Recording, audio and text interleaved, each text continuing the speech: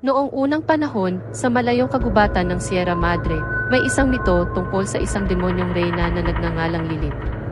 Si Lilith ay kilala bilang reyna ng dilim at karahasan. Ang kanyang presensya ay nagdudulot ng takot sa bawat nilalang na may lakas ng loob na malapitang mabuhay sa kanyang malupit na kaharian. Sa isang maliit na nayon malapit sa kagubatan, may isang mag-asawang nagngangalang Miguel at Maria. Sila ay kilala sa kanilang kababaang loob at matapat na paglilingkod sa kanilang komunidad. Ngunit isang araw, habang naglalakad sila pauwi mula sa simbahan sa tanghaling tapat, naramdaman nilang may kakaibang panganib na nagmumula sa kagubatan.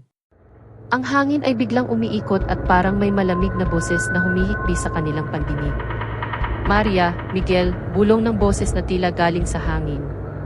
Ako si Lilith, reyna ng dilim. Aking inaanyayahan kayo sa aking kaharian.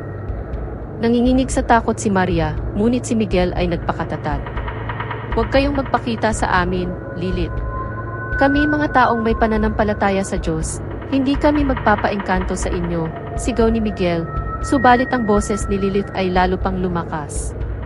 Kayo'y pawang mga hangal na nilalang, Miguel at Maria, sabi ni Lilith ng may halong pagkutya. Sa oras na ito, ang inyong mga kaluluwa'y akin ng masasakupan.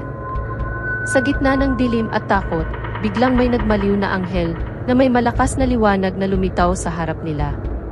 Huwag kayong matakot, mga anak, sabi ng anghel.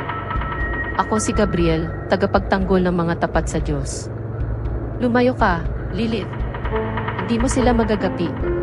Sa pagkakataong iyon, ang kapangyarihan ni Lilith ay naglaho at nabalot muli ng katahimikan ang kagubatan.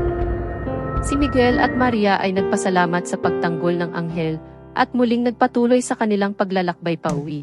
Hawak-hawak ang kanilang mga Biblia.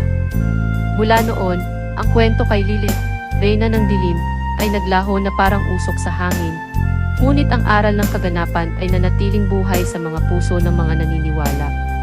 Sa kabila ng dilim at panganib, ang liwanag ng pananampalataya at pagtitiwala sa Diyos ay palaging nagtatagumpay.